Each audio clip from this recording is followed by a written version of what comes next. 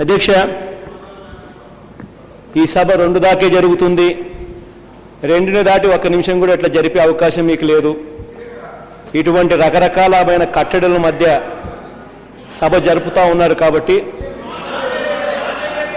మేము ఇంతసేపు సహనంగా ఎదురు చూశాం. చంద్రబాబు నాయుడు గారి మనసులో మార్పు వస్తుందేమో, చంద్రబాబు నాయుడు గారు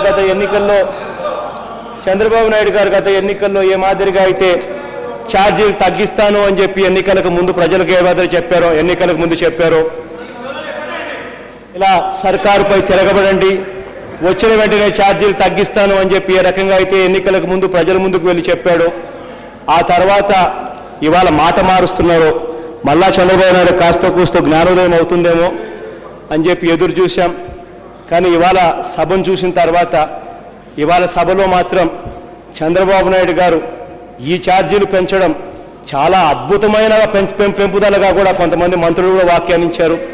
ఇటువంటి వాక్యాలు చూస్తున్నప్పుడు, ఇటువంటి దారుణమైన పరిస్థితిలో ఈ వ్యవస్థను, ఈ పరిపాలన సాగిస్తా ఉన్న తీరును చూస్తూ ఉన్నప్పుడు, ఈ పరిపాలనలో ఎటువంటి పరిస్థితుల్లోనూ ఈ ప్రభుత్వానికి, ఈ పరిపాలనకు మేము మద్దతు ఇచ్చే అవకాశమే ఉండదు.